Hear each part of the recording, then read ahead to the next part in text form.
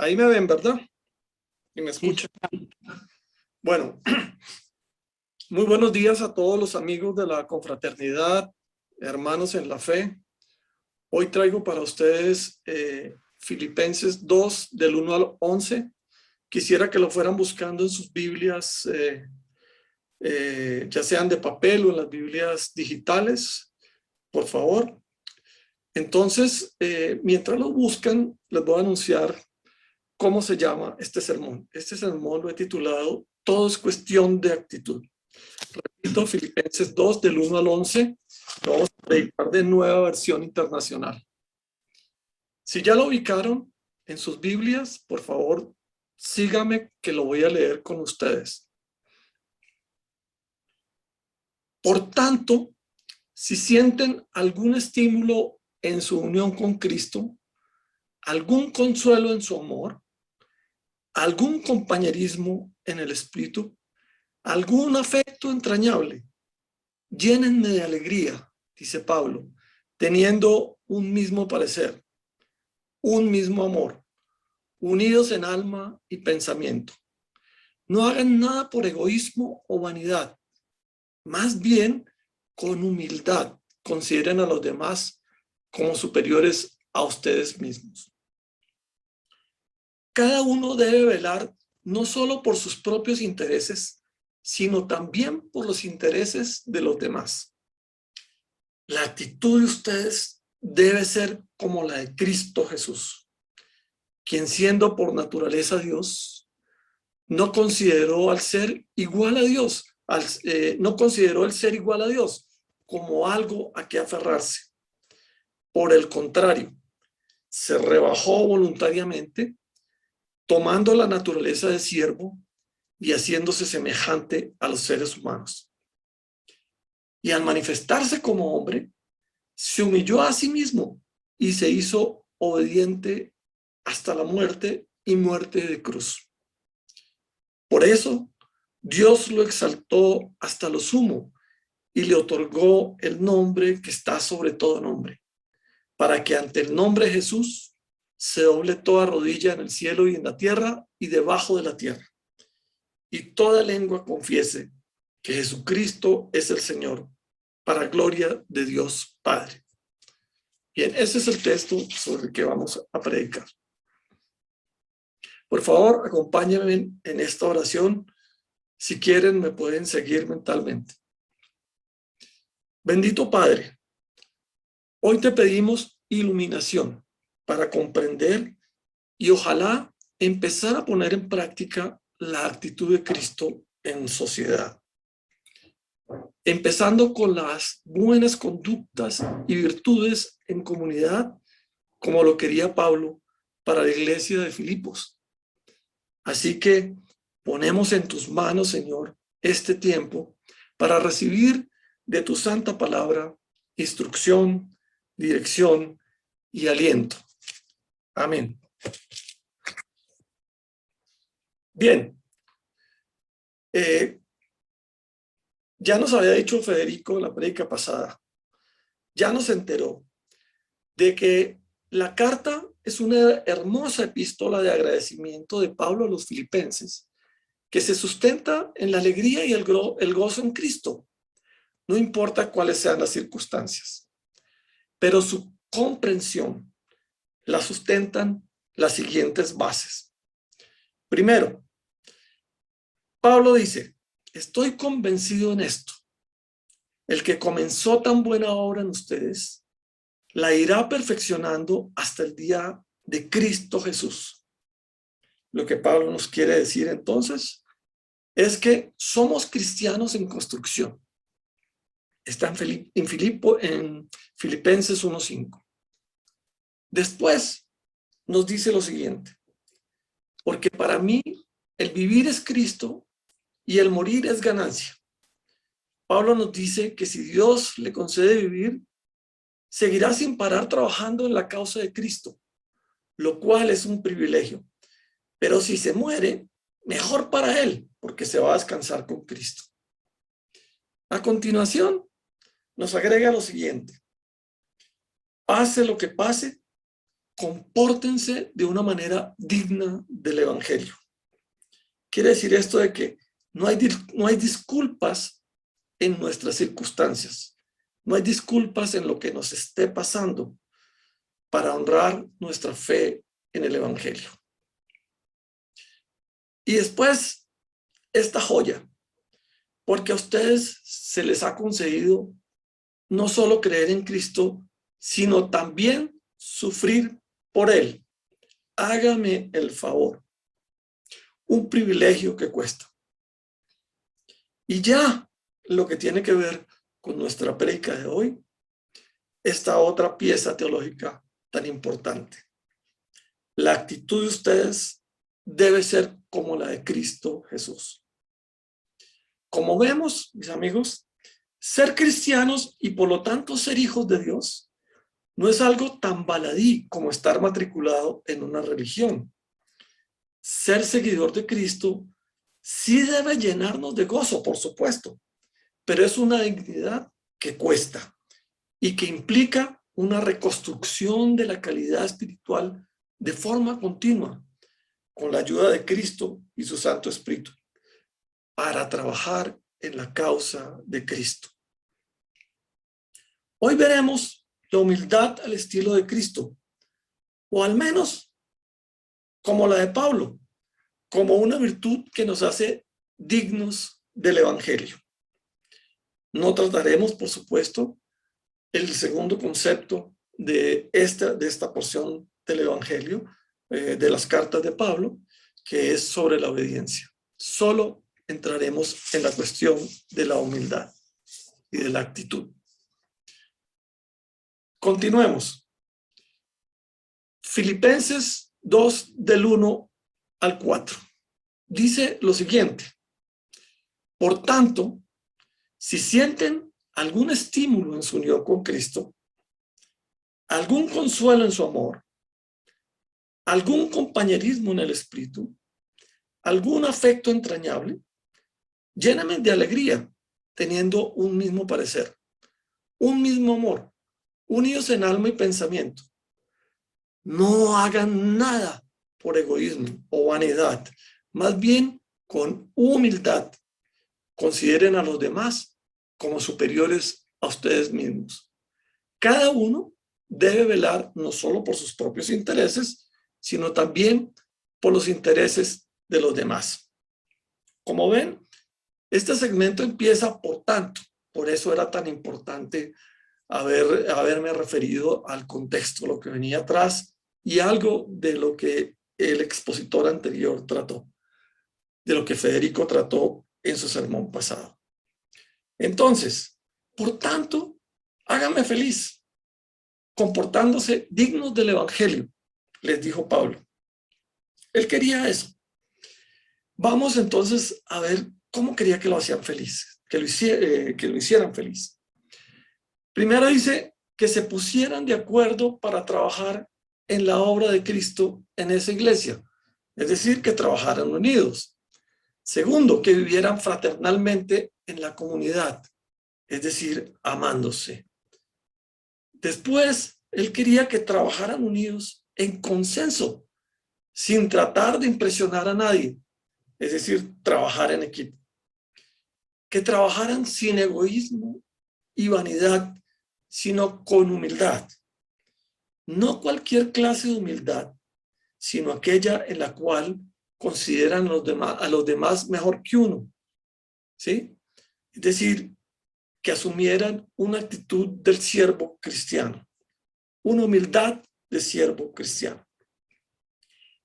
Y como si todo este pedido no fuera suficiente, Pablo les pide que debían ocuparse no solo de sus intereses, sino de los intereses de los demás. Es decir, un esquema de todos ponen, todos ganan, como le diría algún exalcalde de Bogotá. Llamo la atención en esto, mis amigos. No es que Pablo desconociera la naturaleza humana, por supuesto que no, que muy poco tiene estos valores, sino que él mismo se ponía de ejemplo. Quizás lo que él pensó al escribir la carta era que él mismo Timoteo y Epafrodito eran el modelo de cristiano deseable. Y allí mismo estaba a la vista de todos, pues Pablo a estas alturas se encontraba encarcelado por la causa del evangelio en Roma. Y además, no era un secreto para nadie lo que Pablo y sus colaboradores habían sufrido por Cristo. El privilegio del evangelio tenía un costo, mis amigos, y allí mismo, ante los filipenses, estaba a la vista a plena luz del día. Ahora bien, casi todo esto parece contradictorio para el tiempo en que nos tocó vivir. Amarse fraternalmente no es nada fácil, sino que puede ser hasta sospechoso. Trabajar unidos en la causa del evangelio parece estar muy claro para todos los tiempos.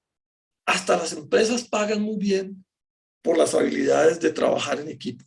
Sin embargo, y aquí hay una tara, el individualismo y la diferenciación, por eso el lenguaje inclusivo de hoy, son la esencia de la sociedad de consumo y el respeto a los derechos y preferencias del individuo.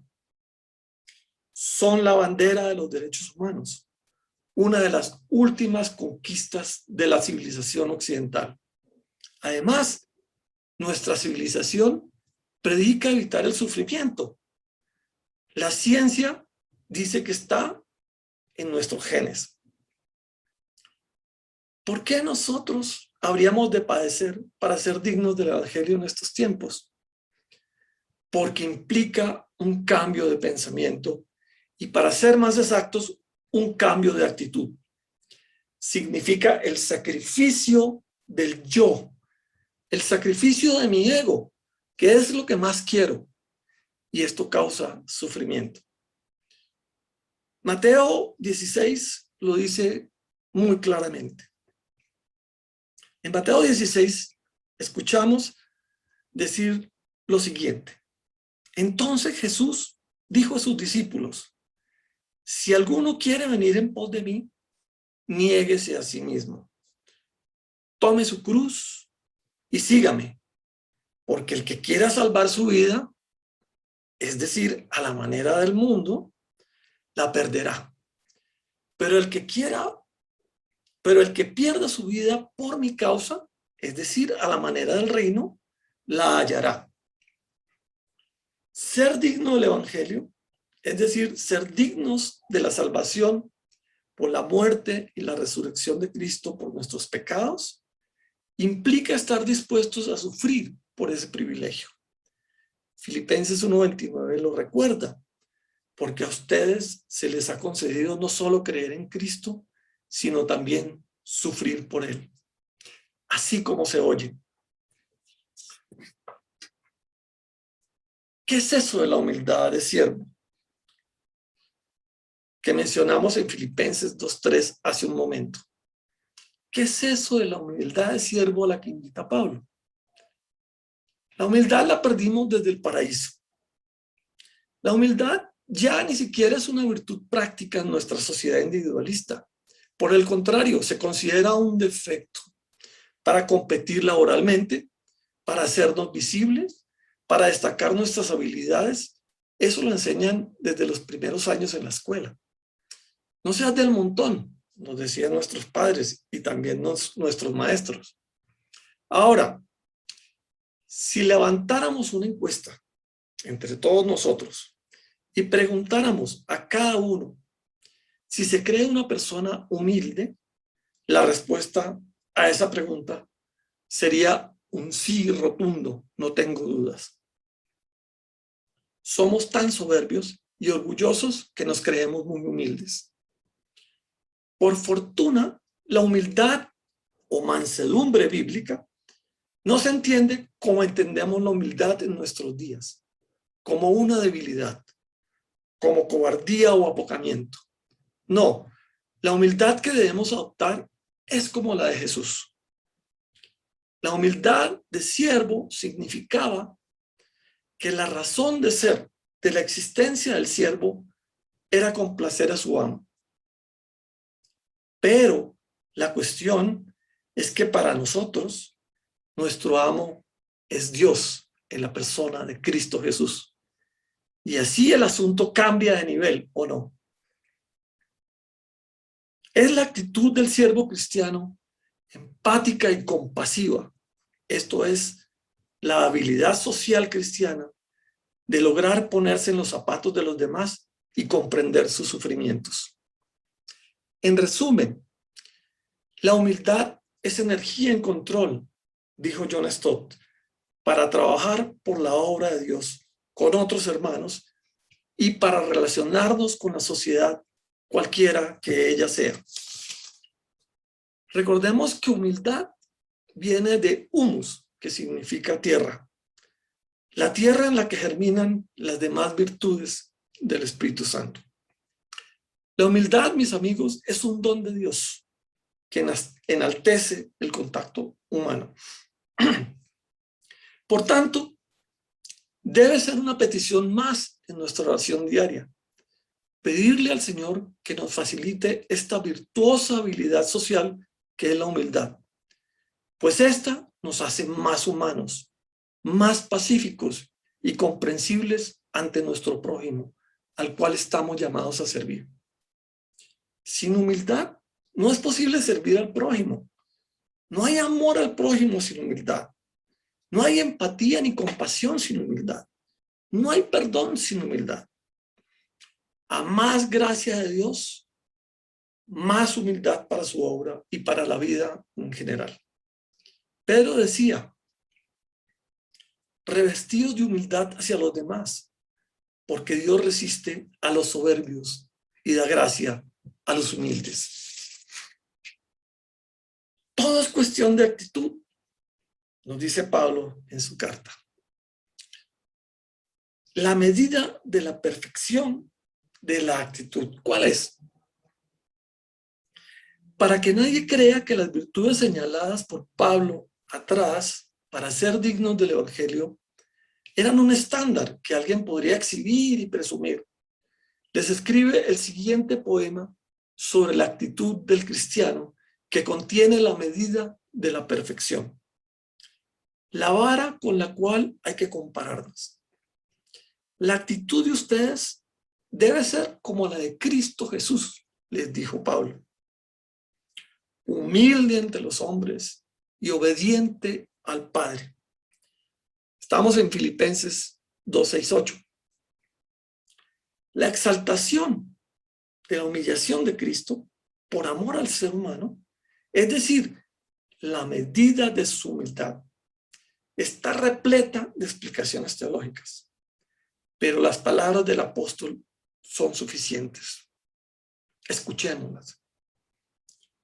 Quien siendo por naturaleza Dios, no consideró el ser igual a Dios como algo a que aferrarse. Por el contrario, se rebajó voluntariamente, tomando la naturaleza de siervo, haciéndose semejante a los seres humanos, y al manifestarse como hombre, se humilló a sí mismo y se hizo obediente hasta la muerte y muerte de cruz. Casi ninguno de nosotros revisa a conciencia esta sentencia de Pablo contenida en este poema que no da espacio para matices ni claroscuros.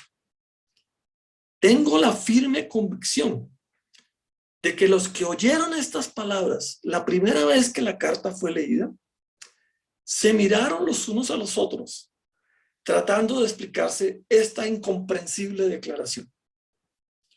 Pablo acababa de declararle a los cosmopolitas filipenses, judíos y gentiles, el más encumbrado misterio teológico de nuestra fe, que debemos creer justamente para pertenecer al club de los salvos.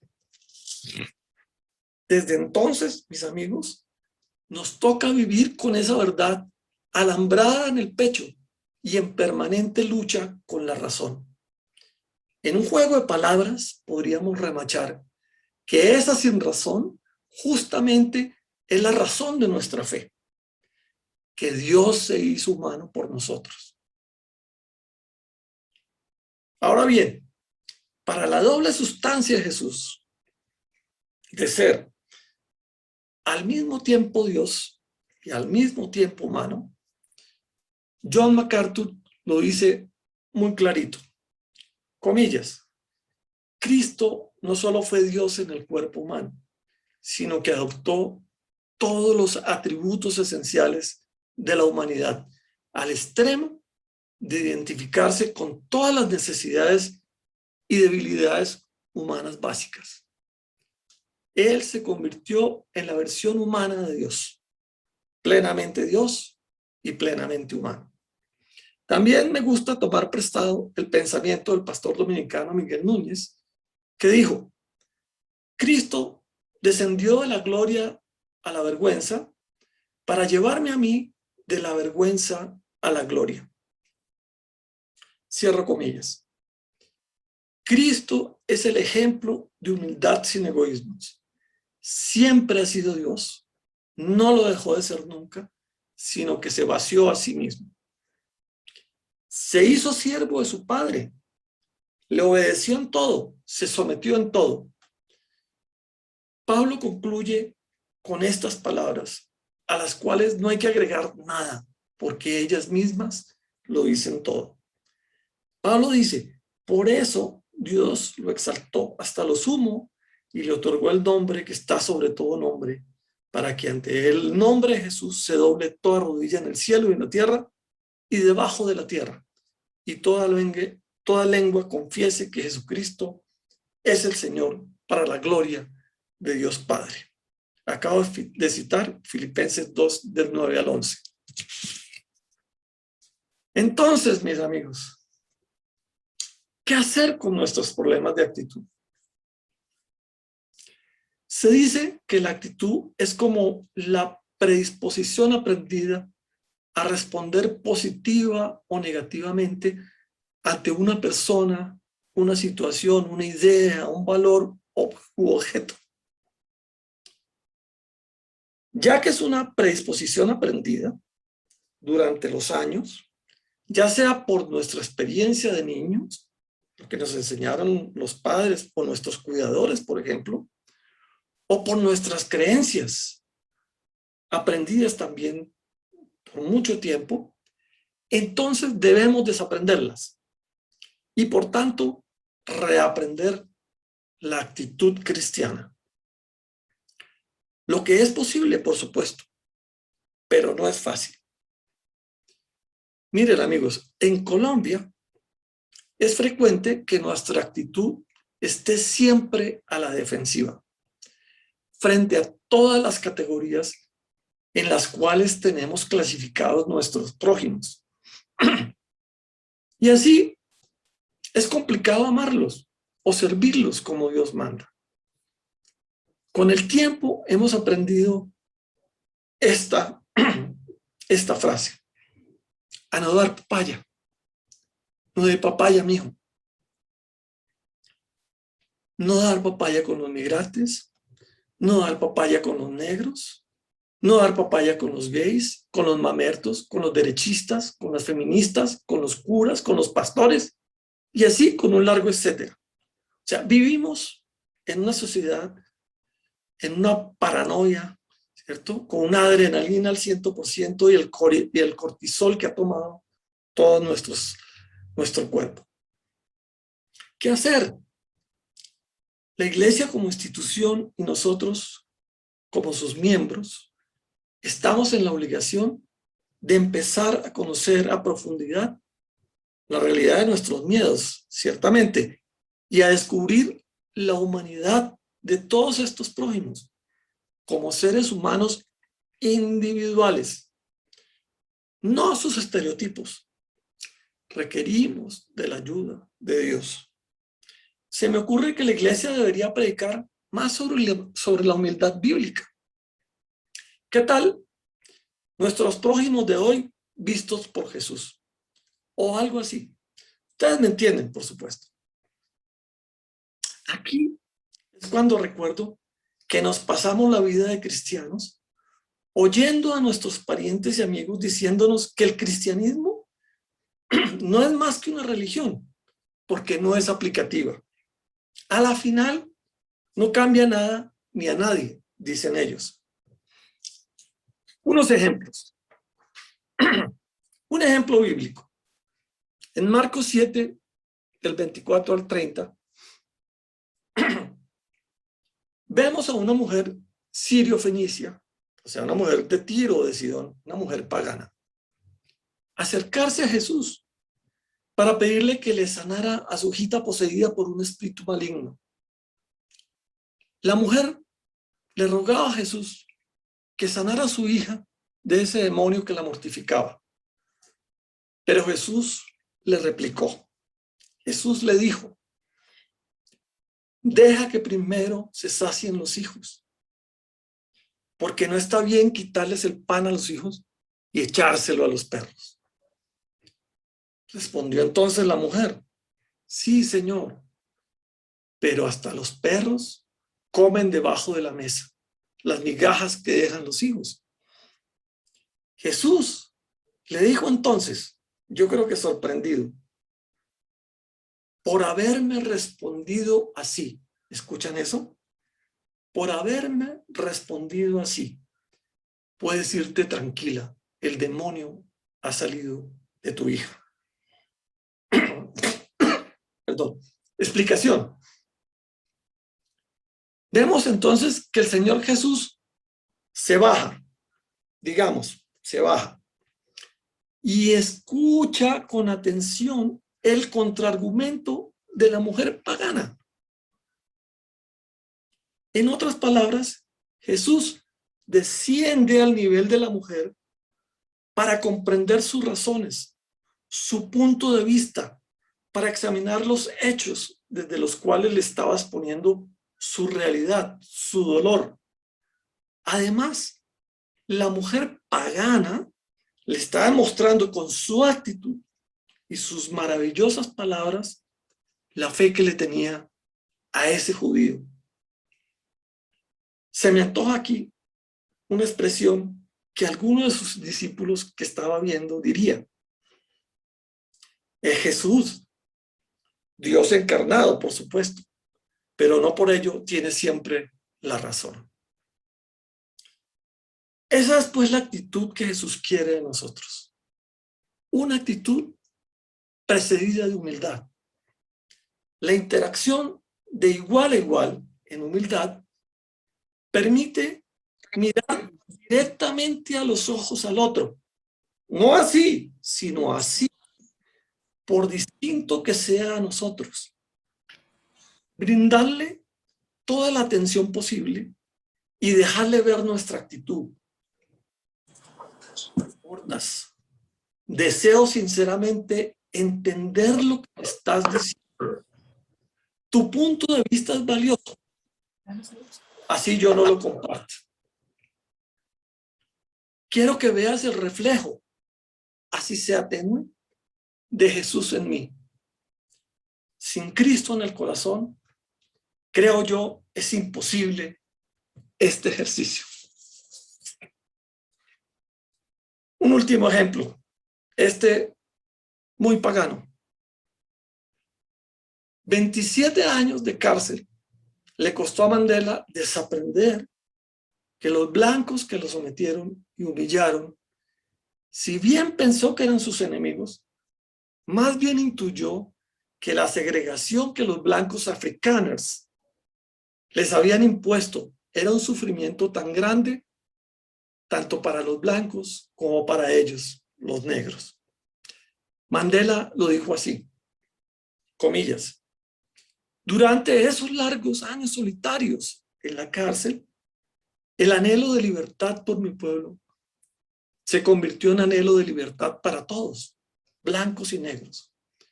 Un hombre que priva a otro de libertad es prisionero de su odio. Está encerrado tras los barrotes de los prejuicios y de la intransigencia.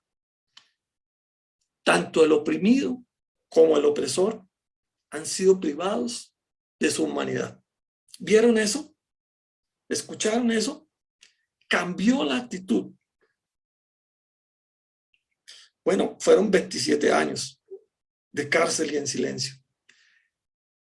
Se rebajó de su orgullo para verlos al mismo nivel y pudo verlos con la misma humanidad que él deseaba que vieran a su pueblo negro. A eso se le llama humildad, que genera un cambio de actitud. Al final, todo el mundo sabe la historia. Los perdonó y les dijo además, los necesito para formar una nueva Sudáfrica. Y juntos con el presidente de Estado sudafricano, Frederick de Klerk, desaprendieron el odio y reaprendieron el perdón y todo lo demás. Sin la humildad de ambos, habría sido imposible este proceso de reconciliación entre estos dos pueblos. Yo estoy seguro que Dios intervino. Mandela tenía bases cristianas aprendidas desde niño. Según él mismo afirma en su autobiografía, había sido educado como metodista o wesleyano. Y además, las conversaciones con su amigo negro, el arzobispo anglicano Desmond Tutu, le habrían aportado algún sentido a su nuevo pensamiento. Todo es cuestión de actitud, mis amigos. Actitud cristiana. Bien, eso es todo lo que quería compartirles esta mañana. Vamos a orar para terminar. Señor, líbranos de la arrogancia. Ayúdanos a ver a los demás con la dignidad que quisiéramos que los demás nos vieran a nosotros. Pon en nuestro corazón el deseo y la voluntad de poder apreciar el punto de vista de los demás. Jesús lo hizo con la mujer sirio-fenicia, con la seguridad que con el ejercicio consciente de esta virtud podemos participar mejor de tu obra.